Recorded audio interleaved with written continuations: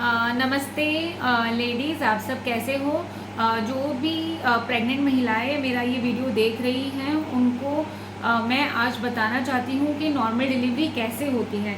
In fact जो pregnant नहीं भी हैं और जो प्रेगनेंसी चाहती हैं, जो प्रेग्नेंट होने की इच्छा चाहती हैं, कोई ना कोई हर एक को अपनी लाइफ में ये फेज़ तो जाना ही है, ये फेज़ से जाना ही हर एक लेडीज़ को। तो ये वीडियो सारे लेडीज़ लोगों के लिए है जो जानना चाहते हैं कि नॉर्मल डिलीवरी एग्जैक्टली होती कैसे है। क्योंकि प्रेगनेंसी तो रुक जाती है, रेगुलर चेकअप को ओपीडी में हम चले जाते हैं, लेकिन एग्जैक्टली जब भी दर्द चालू होता है तो कैसे होता है वो दर्द, बच्चा कैसे बाहर आता है, ये किसी को नहीं पता रहता है अनलेस तुम एक्सपीरियंस कर सको। लेकिन अभी वो ज़माना नहीं रहा है, अभी यूट्यूब्स अवेलेबल है, मोबाइल, इंटरनेट, सारी चीज़ें अवेलेबल है। लेकिन आज मैं एज अ गायनेक आपको बताना चाहती हूँ कि नॉर्मल डिलीवरी एग्जैक्टली होती कैसे है और किन किन चीज़ों के लिए आपको आपकी नॉर्मल डिलीवरी के लिए प्रिपेयर्ड रहना चाहिए। सो लेडीज़, जो नॉर्मल डिलीवरी हम बोलते हैं वो एक्चुअली में नॉर्मल वजाइनल डिलीवरी होती है। क्योंकि डिलीवरी जो होती है वो दो ही तरीके से कर सकते हैं, या फिर वजाइनल डिलीवरी कर सकते हैं जिसमें योनि मार्ग से नीचे के रास्ते से बच्चा बाहर आता है, और दूसरा है सिजेरियन डिलीवरी जो ऊपर से यानी पेट के रास्ते से हम बच्चे को बाहर निकालते हैं। तो ऐसे केसेस में जिसमें नॉर्मल वजाइनल डिलीवरी नहीं हो पाती है उनके वो केसेस में हमको सिजेरियन डिलीवरी करनी है। तो जान लीजिए, नॉर्मल डिलीवरी यानी कि योनि मार्ग से जो डिलीवर होते हैं vaginal delivery. So normal delivery is equal to vaginal delivery, इसमें कंफ्यूज मत होइए। जब भी आपको 9वां महीना लगता है वो टाइम से कभी भी आपको डिलीवरी का पेन चालू हो सकता है। डॉक्टर ने आपको एक डिलीवरी की डेट दी रखी होती है, वो डिलीवरी की डेट वो 9वें महीने की लास्ट डे है, यानी कि वो 9वां महीना पूरा हो जाता है। वो डिलीवरी की डेट जो आपको डॉक्टर ने दे के रखी है वो आपके 9वें महीने का लास्ट दिन है, यानी तब तक हम नॉर्मल डिलीवरी के लिए वेट कर सकते हैं। लेकिन आपको पेन्स कभी भी चालू हो सकते हैं, यानी जब से आपको 9th मंथ लगता है तब से आपको पेन्स कभी भी चालू हो सकते हैं। तो नॉर्मल डिलीवरी की शुरुआत कैसे होती है? जी हाँ, नॉर्मल डिलीवरी की शुरुआत सबसे पहले और मोस्ट कॉमनली पेन से चालू होती है। आपको पेन्स जो है ये आपको पीछे से आगे आएंगे, आपका पूरा पेट कड़क हो जाएगा, पत्थर की तरह कड़क हो जाएगा, और ये आपको अगर 10-10 मिनट में आ रहे हैं तो ये एक्चुअली ट्रू लेबर पेन्स बोलते हैं, यानी कि यही सच में आपके लेबर पेन्स हैं। क्योंकि कई बार जैसे 9वां महीना लगता है आपको पूरे दिन में 5 से 6 बार ऐसे आपका पेट कड़क होकर नॉर्मल हो जाता है, आप थोड़ी देर बैठते हो, आराम करते हो, आपका पेन चला जाता है। तो ये ट्रू लेबर पेन्स नहीं है, इसको हम फॉल्स लेबर पेन्स बोल सकते हैं। यानी कि ये कोई प्रेगनेंसी या डिलीवरी की कोई शुरुआत नहीं है। पर जब भी आपको पेन 10-10 मिनट में आने लग रहा है, पीछे से आगे आ रहा है, पेट कड़क हो रहा है, आप कुछ भी करो, लेटो, पढ़ो, बैठो, एक करवट पे हो जाओ, लेकिन फिर भी आपका दर्द नहीं जा रहा है, तो ये एक्चुअल लेबर पेन्स है। और ये लेबर पेन्स की शुरुआत मैक्सिमम लेडीज़ में हो जाती है 9वें महीने में। तो पेन्स आना जो है ये फर्स्ट स्टेज है। काफ़ी लेडीज़ लोगों में 90% ऑफ द लेडीज़ में डिलीवरी की शुरुआत लेबर पेन्स से होती है। पर काफ़ी लेडीज़ को, लगभग 5% लेडीज़ को पेन न होके पहले पानी जाने लगता है, एकदम पेशाब जैसा पानी जाने लगता है। ये पानी जो है वो बच्चे के आजू बाजू जो पानी रहता है वो पानी की बैग ऑफ वाटर जो बोलते हैं वो बर्स्ट होने पे ये पानी जाने लगता है। तो किसी किसी लेडीज़ को पेन से पहले ही पानी जाने लगता है। तो ये भी एक डिलीवरी की शुरुआत कभी कभी लीकिंग से भी होती है। तो मैक्सिमम लेडीज़ की पेन से होती है, पर कुछ लेडीज़ की डिलीवरी पेन्स की शुरुआत या लेबर पेन्स की शुरुआत पानी जाने से भी। अभी आपको पेन चालू हो गया है या फिर आपके पानी जाने लगा है तो डॉक्टर इस सिचुएशन में आपको तुरंत एडमिट करने को बोलेंगे।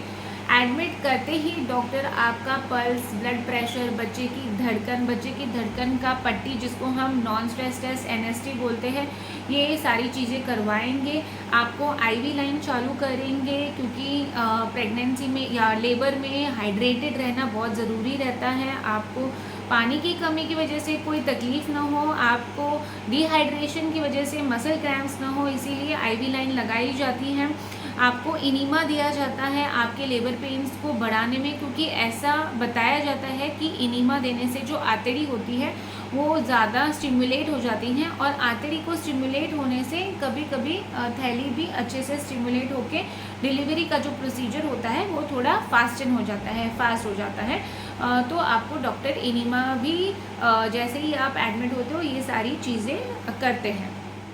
एडमिट होने पे तुरंत डॉक्टर आपको 2 उंगली डाल के आपके नीचे के रास्ते से आपका पर वजाइनम एग्जामिनेशन करेंगे, यानी कि नीचे के रास्ते से उंगली डाल के चेक करेंगे कि आपके थैली का मुंह कितना खुला है।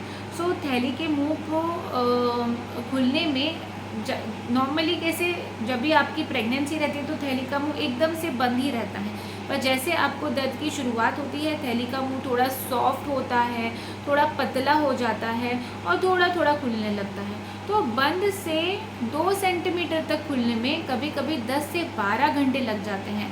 तो ऐसे केस में आपको दर्द आ रहा है लेकिन थैली का मुंह नहीं खुला है, डॉक्टर आपका इंटरनल एग्जामिनेशन करके देखेंगे और बोलेंगे अभी थैली का मुंह नहीं खुला है, आप घर जाइए, दर्द बढ़ेगा तो आ जाइए। तो ये सहज नॉर्मल सी बात है, क्योंकि ये थैली का मुंह बंद से 2 सेंटीमीटर खुलने में ही 10 से 15 घंटे किसी किसी लेडीज़ में पहली डिलीवरी में हो जाते हैं।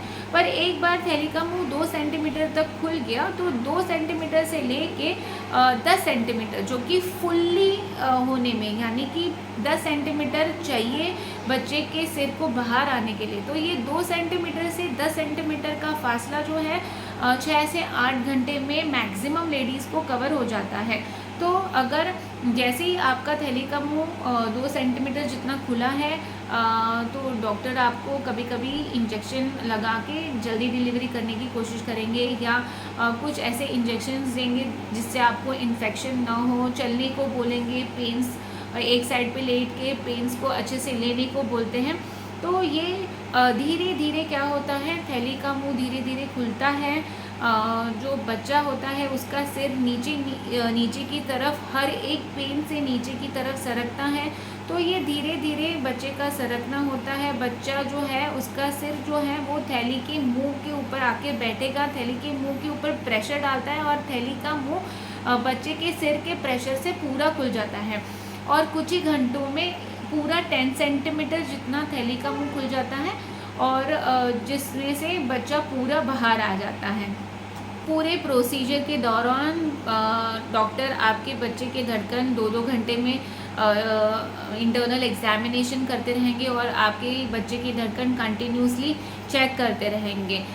कभी भी अगर आपको पानी जा रहा है इस वजह से एडमिट किया है तो डॉक्टर आपको दर्द बढ़ाने के लिए इंजेक्शन्स भी लगा सकते हैं और आपके नेचुरल डिलीवरी का वेट करते हैं। जब भी बच्चे का सिर पूरी तरीके से नीचे के रास्ते पे आ चुका है, इतना प्रेशर तभी लेडीज़ को महसूस होता है, ऐसा लगता है कि अभी वो मर जाएगी, या मतलब ऐसी फीलिंग्स आती है, इतने स्ट्रॉन्ग पेन्स आते हैं, बॉडी बच्चे को बाहर निकालने की इतनी कोशिश करती है, उस समय आपको ऐसा लगता है कि संडास करने जाना चाहिए, ऐसी बार बार पेशाब करने की फीलिंग आती है। ये सब नॉर्मल है क्योंकि पेशाब की थैली आगे की तरफ और बच्चे संडास की थैली पीछे की तरफ रहती है। तो जैसे ही बच्चे का सिर नीचे एकदम नीचे सरकता है, पेशाब संडास होने की अर्ज लेडीज़ में रहती ही है।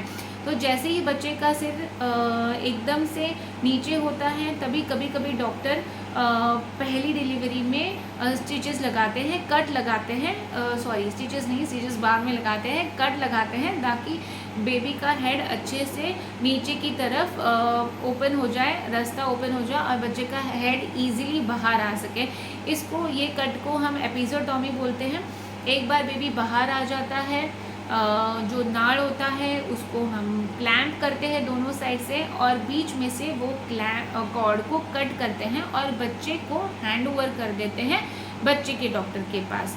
अभी जो कॉर्ड है, जो आवल है, उसको हमको निकालना है। तो डिलीवरी के तुरंत बाद जैसे ही बेबी बाहर आता है, डॉक्टर या सिस्टर पेट के ऊपर थोड़ा सा मसाज करते हैं और आवल को बाहर आने का वेट करते हैं। अगले 5 से 10 मिनट में आंवल भी छूट जाता है, थोड़ा सा ब्लीडिंग होके आंवल भी निकल जाता है। और जैसे ही आंवल निकल जाता है, यूट्रस जो है, थैली जो है वो पूरी तरीके से सिकुड़ जाती है और ब्लीडिंग के चांसेस भी इसी समय पे पता चलते हैं। कुछ कुछ महिलाएं इसी समय पे बहुत ज़्यादा ब्लीडिंग होता है, तो ऐसे केसेस में डॉक्टर्स और इंजेक्शन्स वगैरह देके ब्लीडिंग को बंद करते हैं। सो एक बार आंवल बाहर आ जाता है, उसके बाद जो डॉक्टर ने कट लिया हुआ रहता है वो तुरंत ही सूजर करने लग जाते हैं। मतलब उसको भी हम जो सुन होने का इंजेक्शन देने के बाद ही उसके ऊपर टाका लगाते हैं। टाका लगने में अगले 10 मिनट लग जाते हैं। तो ये पूरा प्रोसीजर डिलीवरी, कट और सूचर करने में आधा घंटा निकल जाता है। तो अगर मैं शॉर्ट में बताना चाहूँ तो डिलीवरी के 4 स्टेजेस होते हैं। जो पहला स्टेज है वो थैली का मुंह बंद होने से थैली का मुंह 2 सेंटीमीटर तक खुलने तक का स्टेज है। इसको हम लेटेंट स्टेज बोलते हैं या स्टेज 1 बोल सकते हैं। फिर स्टेज 2 जो है वो 2 सेंटीमीटर जो थैली का मुंह खुला है, इससे पूरा 10 सेंटीमीटर तक खुलने का स्टेज है, वो है एक्टिव लेबर स्टेज। इसमें पूरा थैली का मुंह खुल जाता है। फिर तीसरा जो स्टेज है वो लेबर डिलीवरी का स्टेज है, जिसमें बच्चा बाहर आता है। और चौथा जो स्टेज है उसमें प्लासेंटा बाहर आता है, यानी वार जो है वो बाहर आता है।